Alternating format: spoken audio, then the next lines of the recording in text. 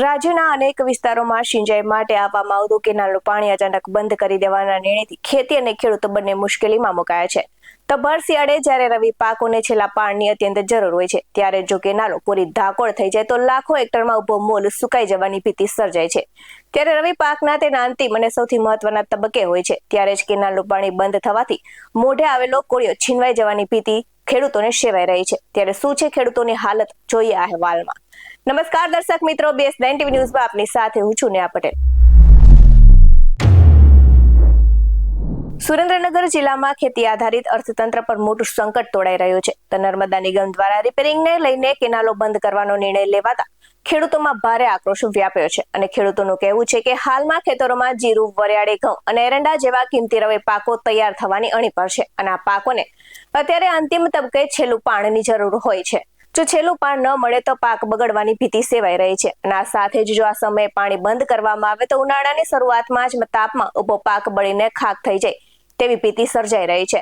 તો ખેડૂતોએ આક્ષેપ કર્યો છે કે નર્મદા નિગમ દર વર્ષે માર્ચ મહિનાના રિપેરિંગના નામે પાણી બંધ કરી દે છે, પરંતુ વાસ્તવમાં કોઈ નક્કર કામગીરી થતી નથી. તો વલભીપુર કેનાલ જે સુરેન્દ્રનગરથી મોરબી, બોટાદ અને ભાવનગર સુધી જાય છે, તે બંધ થવાથી હજારો હેક્ટર જમીનોનો પાક નિષ્ફળ જઈ શકે છે. તો ખેડૂતોએ સરકાર અને નિગમ પાસે માંગ કરી છે કે આ નિર્ણય પર ફેરવિચારણા કરીને પાણીની અવધિ 20 થી 25 માર્ચ સુધી લંબાવવામાં આવે અને જો વહેલી તકે પાણી છોડવાનો નિર્ણય નહીં લેવાય તો ખેડૂતોને બિયારણ, મજૂરી અને દવાનો ખર્ચ માથે પડશે અને આર્થિક પાયમાલીનો સામનો કરવો પડશે. ત્યારે વધુ વિગતે નજર કરીએ આવેલી પ્રતિક્રિયા પર. મારું નામ વિજયસિંહ પઢારિયા. કાયમ પાણી બંધ કરે છે માર્ચ મહિનામાં, ચોમાસામાં ઉત્પાદન આવતું નથી. તો અમારે શું કરવું? ચોમાસામાં ઉનાળુ પાક મળતો નથી, કેનાલ બંધ કરી દેશે અને રિપેરિંગ નથી કરતા. કયા કયા પાકનું નુકસાન જાય? તલ, જીરું, ઘઉં, એકે પાક મળતો નથી અમને. તો અમારે શું કરવું? શું તમારી માંગ છે? અમારી માંગ પાણીની જ છે, બાકી કોઈ અમારી માંગ જ નથી. રિપેરિંગ કરવું હોય, પૂરું કામ કરવું હોય. પ્રમાર જયેશભાઈ ઘનશ્યામભાઈ, ગામ કોઠારિયાનો વતની હું, ખેડૂત પુત્ર.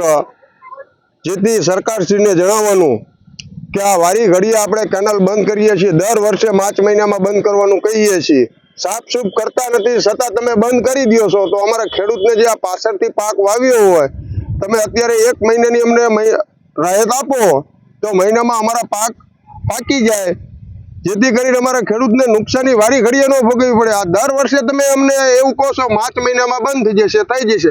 બંધ કરી દો અને રિપેરિંગ કરો તો અમને ખેડૂતને કોઈ તકલીફ જ નથી, પણ તમે બંધ નથી કરતા અને રિપેરિંગ કોઈ કામ કરતા નથી.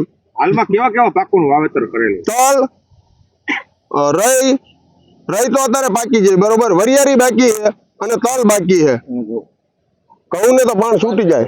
આવા જ વધુ અહેવાલ સાથે ફરી મળતા રહીશું. તમે અમારી YouTube ચેનલને સબસ્ક્રાઇબ કરવાનું અને અમને Facebook અને Instagram પર ફોલો કરવાનું ભૂલશો નહીં. બાકી નવી અપડેટ્સ મેળવવા માટે આપ જોતા રહો BS9 TV ન્યૂઝ. નમસ્કાર.